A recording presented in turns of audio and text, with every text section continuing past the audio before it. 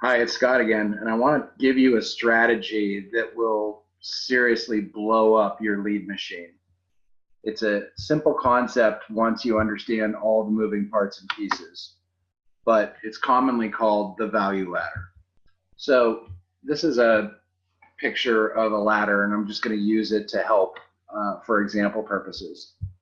The concept behind a value ladder is that you start customers into your business with a product or service that has a low retail price point, has a low cost of delivery, but has a high perceived value for the end customer. And as those customers move up through your value ladder, you ultimately want them to end up with a product or service that has a high retail price point or repeat value, whether that's monthly or quarterly or biannually or annually, and a very high perceived value for your customers. So the value ladder concept means that we want to pour a lot of customers into the bottom of the ladder, and we understand in advance that we're going to have less customers when they get to the top. Not every customer is going to take advantage of every offer that you place in your value ladder, and that's okay. Each business's value ladder is unique. For the purposes of this example, I'm using 5 steps in my value ladder. There could just as easily be 20 steps. The key is that we're moving customers through this value ladder and they're self-selecting their way into those higher revenue products and services that we really want them to buy. So for the purposes of my example, just as an example of a value ladder, so this is a value ladder where I'm starting with a free or near free initial offer. This would be the offer that I would show in my ads. And then I'm gonna, maybe when the customer first comes in, I'm gonna give them the opportunity to buy a $20 product or service. And when they come back to redeem that product or service, now I'm gonna offer them a $50 product or service. And then 100, and then for the purposes of my example, I have a recurring service and I'm gonna use monthly, but it could just as easily be daily or weekly at $199 per visit.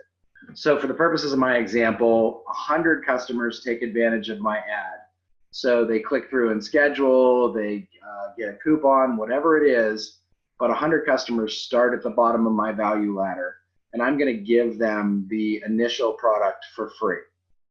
Of those 100, I already know that some smaller number will take advantage of that first next step in my value ladder, and a smaller number will continue to take advantage as I move my way up. So I'm starting in, for the purposes of my example, with 100 coming in at the bottom of the value ladder and 9 ending up in that higher ticket customer position that I really want them to get to. So to add some dollars into my example, you'll see here that I'm mentioning hard cost. And when I'm talking about hard cost, it's really important to only calculate money that your business has to spend outside of the business to deliver a cost or service. So this would not include rent, utilities, labor, profit, etc. This is just focusing on any money that I have to spend outside of the business to deliver the product or service. So in the case of my example, 100 people took advantage of my free offer, and that free offer happens to have a hard cost of $20. So my business has to spend $20 outside of my business to deliver that product or service. So I lost $2,000 on the front end of this particular value ladder. But when those people redeemed that free or near free offer, in my case, free offer, they had the opportunity to purchase a $20 next step in my ladder.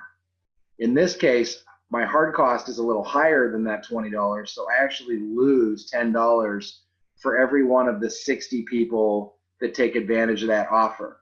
And you're going to say to me, Scott, I'm not in business to lose money, and that's okay. That's the beauty of the value ladder, is over the long haul, you won't. In the case of my example, the next rung of my value ladder is a $50 product or service offer where the hard cost is $20 and the offer is $40. So I'm still showing the customer 20% off, but I'm doubling the money in hard costs that it's taking me to deliver the product and service. So I'm actually positive $620. The next step up, and notice these numbers are getting smaller, and that's okay. We know that's going to happen in advance.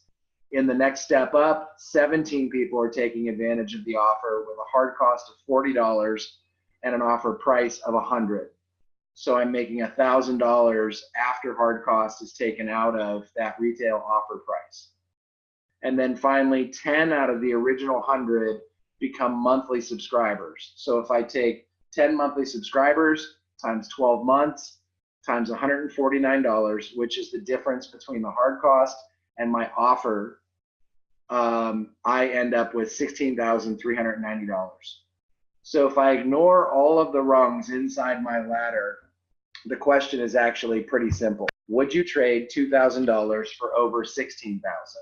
And that's not quite the way that the math shook out in my example. It was more like trading $2,700 for $18,000, but you get my point. And this is the power of a value ladder. Some key points to understand is you can be running multiple value ladders at any given time, depending on your products and services. Sometimes when you sit down to plot this out, you may notice that there are opportunities for you to add simple products or services to fill out your value ladder that help move your customers from the bottom of the ladder up through the top. A value ladder is also a great place to test new products or services to see how they fit into your overall product and service mix. So when I'm working with clients and we work to build their value ladder, I typically start with two simple questions. The first one is, what are the products and services that new customers often buy in their first visit? And the key here is I'm looking for those first visit products and services that weren't prompted by some kind of a promotion, a special, a coupon, a Groupon, anything like that. When people just search out the business, what is typically the entry product or service that they start with? Because that's a great starting point for the bottom of your value ladder.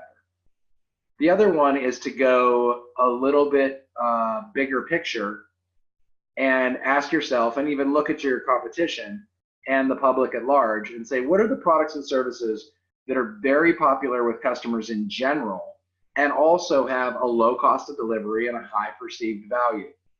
And this concept of looking at what your competition is doing is really important, because if all of your competition is offering an offer, you want your offer to be twice as good, 5 times as good, 10 times as good. Because there's a standing rule in marketing that the business that is willing to spend the most to acquire those new customers and uses a value ladder behind that initial offering will, first of all, attract the most new customers, but will also end up being the fastest growing and the most profitable business amongst their peers. To do this, you do have to accept one concept, and that is that business owners sometimes fall in love with what they think the retail value of their products and services are. And for the purposes of building a value ladder, what you think matters much, much less than what those potential new customers think. That's why the high perception of value is so important, because what you're trying to do is you're trying to take a customer that isn't currently using you, whether they're using a competitor or not using the product or service at all, and get them to move towards you. And it's going to take more than the offer that everybody else is running to do that than to just duplicate what everybody else is doing.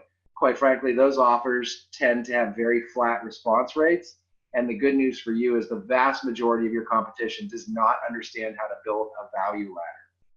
So that's the concept of a value ladder.